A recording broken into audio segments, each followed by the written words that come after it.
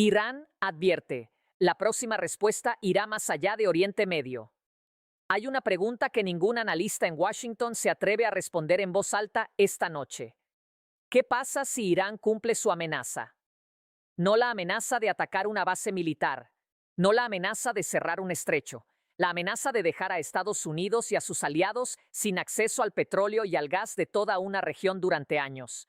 Esta noche, mientras el reloj avanza hacia las 8 de la tarde hora del este y el ultimátum de Donald Trump se acerca a su vencimiento, el mundo entero está mirando un tablero de ajedrez en el que nadie controla todas las piezas. Nadie tiene un plan claro de salida y las consecuencias de un movimiento equivocado podrían reconfigurar el orden global durante décadas. Vamos por partes, porque los últimos días han sido tan intensos, tan contradictorios y tan peligrosos que es fácil perder el hilo. Repasemos todo lo que ha ocurrido desde la madrugada de este martes y lo que significa realmente. La isla de Kark y los 50 ataques. En las primeras horas de este martes, Israel y Estados Unidos lanzaron más de 50 ataques contra objetivos en la isla de Kark, en el Golfo Pérsico. Para quien no conozca ese nombre, conviene entenderlo bien. Kark no es simplemente una isla, es el corazón logístico de la economía iraní. Es la terminal desde la que se gestiona aproximadamente el 90% de las exportaciones de petróleo de Irán. Destruir la capacidad operativa de Kark no es un golpe militar. Es un golpe económico de proporciones históricas.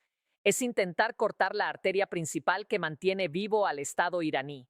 Y sin embargo, los ataques no terminaron la guerra. Irán no colapsó. No hubo rendición. No hubo ninguna señal de que Teherán estuviera dispuesto a ceder ante la presión. Al contrario, lo que vino después fue una escalada de declaraciones que dejó claro que la República Islámica está dispuesta a llevar este conflicto a un nivel que muchos en Occidente todavía no quieren visualizar.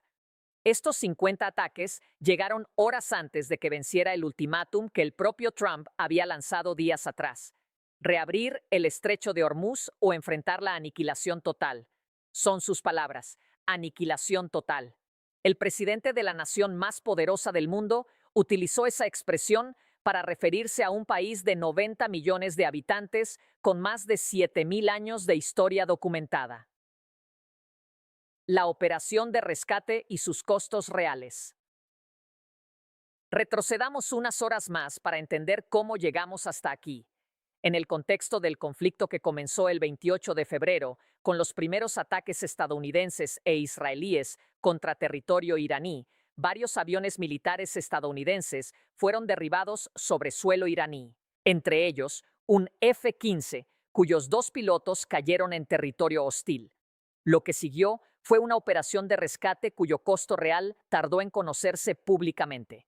Según la información disponible, la operación implicó la pérdida de al menos 2 aviones, Hércules C-130, aeronaves de transporte militar de gran porte que son el caballo de trabajo de la logística aérea del ejército estadounidense. También se perdieron 2 helicópteros Black Hawk y un avión de ataque A-10, conocido popularmente como Warthog. El A-10 es una de las aeronaves más robustas y especializadas del arsenal americano, diseñada específicamente para apoyo de fuego cercano. Perder uno en una operación de rescate habla de la intensidad del fuego antiaéreo iraní.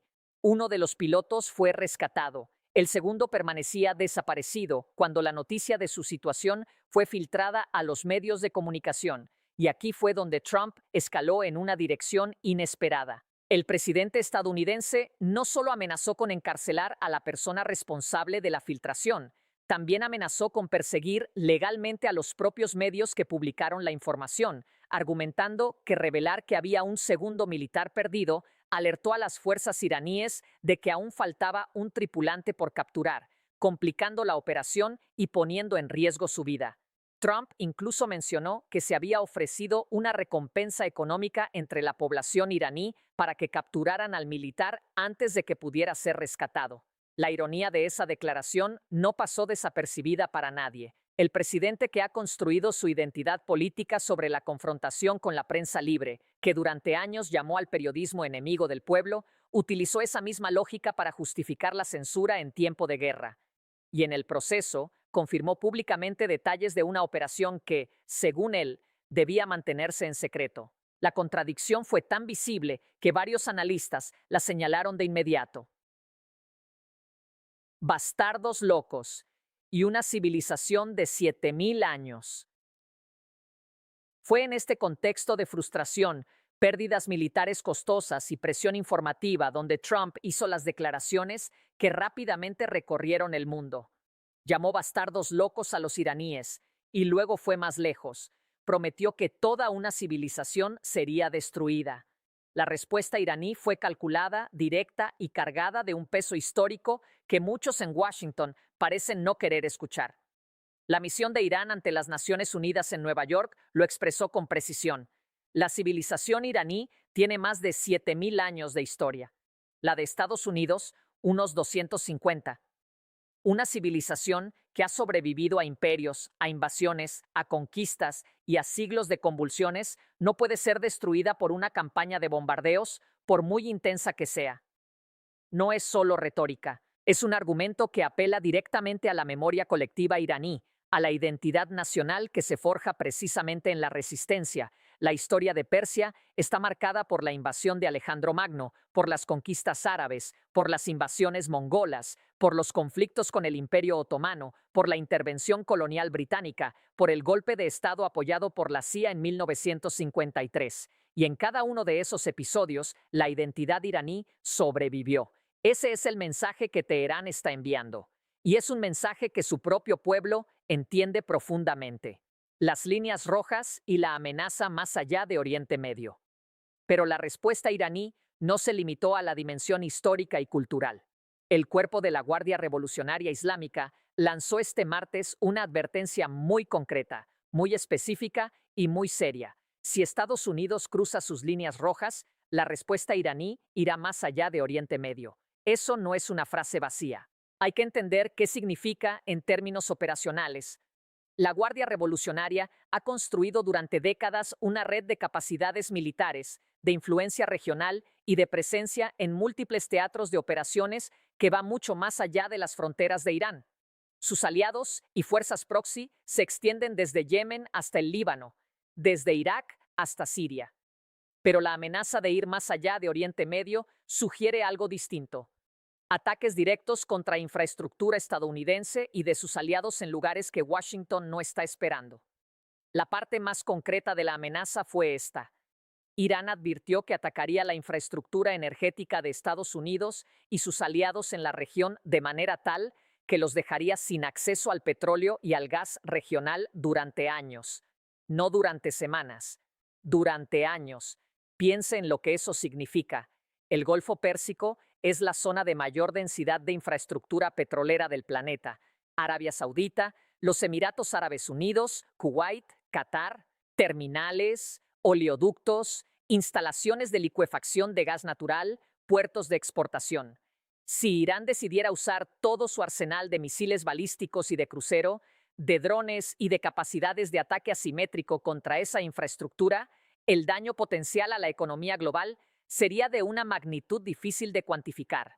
Los precios del petróleo no subirían un 20 o un 30%. Se dispararían a niveles que el mundo no ha visto en décadas. Las economías europeas, ya debilitadas, entrarían en recesión profunda. China, que depende del petróleo del Golfo, enfrentaría una crisis energética de proporciones históricas. Y la economía estadounidense, que Trump prometió proteger y fortalecer, sufriría un golpe que ninguna política fiscal podría absorber a corto plazo. Eso es lo que está sobre la mesa esta noche. Las contradicciones de Trump y la guerra que no termina. Una de las características más desconcertantes de este conflicto desde su inicio, el 28 de febrero, ha sido la inconsistencia del discurso de la Casa Blanca. Trump ha dicho en múltiples ocasiones que la guerra está terminada, para luego lanzar nuevas amenazas horas más tarde. Ha alternado entre el lenguaje del acuerdo negociado y el lenguaje de la aniquilación total. Ha prometido paz y al mismo tiempo ha autorizado ataques que destruyeron desde el primer día la posibilidad de un diálogo rápido. El conflicto comenzó con dos actos que definen su naturaleza desde el origen. El primero fue el asesinato del ayatolá Jamenei, descrito en su momento como un opositor a que Irán desarrollara armamento nuclear. El segundo fue el bombardeo de una escuela de niñas en la ciudad de Miraj, golpeada por un misil Tomahawk.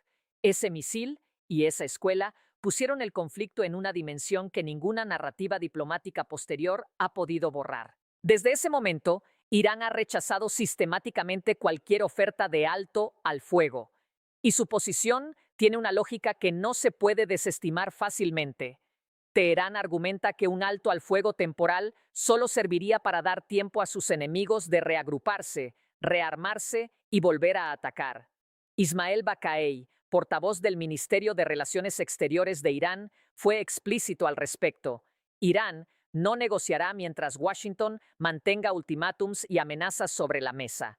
La exigencia iraní es una sola: el cese total y definitivo de las operaciones militares, con garantías reales y verificables de que la guerra no se reanudará. Eso no es una posición de negociación, eso es una posición de principio, y hace casi imposible cualquier salida diplomática en el corto plazo, especialmente con un presidente estadounidense cuyo lenguaje oscila entre la racionalidad transaccional y las explosiones de rabia pública. El estrecho de Hormuz y el arma económica definitiva. En el centro de todo este conflicto está una pregunta que tiene una respuesta económica muy clara. ¿Por qué el estrecho de Hormuz? Por ese estrecho, con apenas 40 kilómetros de ancho en su punto más angosto, pasa aproximadamente el 20% de todo el petróleo que se comercializa en el mundo. Cada día, entre 15 y 17 millones de barriles de crudo cruzan esas aguas. Si ese paso se cierra, ya sea por decisión iraní, ya sea por la intensidad del conflicto, el mercado global de energía entra en un estado de shock del que no hay recuperación rápida posible. Trump lo sabe. Por eso ha hecho del estrecho de Hormuz el punto central de su ultimátum. Pero al hacerlo, también ha entregado a Irán su argumento más poderoso, porque Teherán sabe que la amenaza de cerrar ese estrecho o de atacar la infraestructura que lo rodea es más efectiva que cualquier arma convencional. Es un arma económica que afecta no solo a Estados Unidos, sino a todo el sistema económico global. Y usarla, o incluso amenazar creíblemente con usarla, pone a Irán en una posición de poder asimétrico que su debilidad militar relativa frente a la maquinaria bélica estadounidense no le permitiría alcanzar de otra manera. Lo que nadie está diciendo en voz alta. Hay un elemento de esta situación que los grandes medios occidentales están tratando con extrema cautela, pero que es imposible ignorar si se mira el panorama completo. Las pérdidas militares estadounidenses en este conflicto han sido significativas: 2 C-130, 2 Black Hawk, un A-10, un F-15 derribado. Eso no es el perfil de una campaña de bombardeo sin oposición. Eso es el perfil de un conflicto contra un adversario con capacidades antiaéreas reales, con defensas integradas, con sistemas de misiles que funcionan. Y si las pérdidas han sido de esa magnitud en los primeros días, la pregunta obvia es: ¿qué ocurrirá si el conflicto escala a la fase que Trump está describiendo como aniquilación total? ¿Cuántos más aviones? ¿Cuántos más soldados? ¿Cuánto más tiempo? ¿Y a qué costo para la economía global, para las alianzas de Washington, para la estabilidad de toda una región que ya es la más tensa del planeta? Nadie en la Casa Blanca parece tener respuesta a esas preguntas, o si la tienen, no la están compartiendo con el público. El reloj marca las 8 de la noche. En pocas horas vence el plazo que Trump estableció, las 8 de la noche hora del este, y el mundo está mirando con la respiración contenida para ver qué ocurre después de esa hora. Hay 3 escenarios posibles. En el primero, Irán hace algún gesto mínimo que Trump puede presentar como una victoria, el ultimátum se extiende o se reformula, y el conflicto entra en una fase de negociación tensa pero controlada. En el segundo, nada cambia. El ultimátum vence sin respuesta, y Trump debe decidir si escala hasta el nivel de la aniquilación que prometió o retrocede públicamente. En el tercero, y es el más peligroso, algún incidente nuevo, una filtración, un ataque, una declaración mal interpretada, provoca una escalada que nadie controla y que arrastra a la región entera hacia un conflicto de consecuencias impredecibles. El problema es que cada uno de los actores en este drama tiene incentivos para no ceder primero. Trump no puede parecer débil ante su base electoral, Irán no puede ceder ante ultimátums sin destruir su credibilidad como potencia regional. Israel tiene sus propios objetivos estratégicos que no siempre coinciden exactamente con los de Washington, y los países del Golfo que dependen del paraguas de seguridad estadounidense están mirando todo esto con un terror que no expresan en público. Lo que comenzó el 28 de febrero como una operación que sus promotores describieron como quirúrgica y limitada, se ha convertido en algo mucho más grande, mucho más peligroso y mucho más difícil de detener de lo que nadie quería admitir públicamente. Los bombardeos no han rendido a Irán, las amenazas no han doblegado a Teherán, y el ultimátum que vence esta noche no tiene una salida limpia para ninguno de los dos lados. La pregunta que nos queda a todos esta noche no es si el conflicto continuará. La pregunta es si alguien en alguna sala de poder tiene todavía la lucidez, el coraje y la autoridad necesaria para encontrar una salida antes de que el costo de no encontrarla sea demasiado alto para pagarlo. ¿O estamos ya más allá del punto en que esa pregunta tiene respuesta?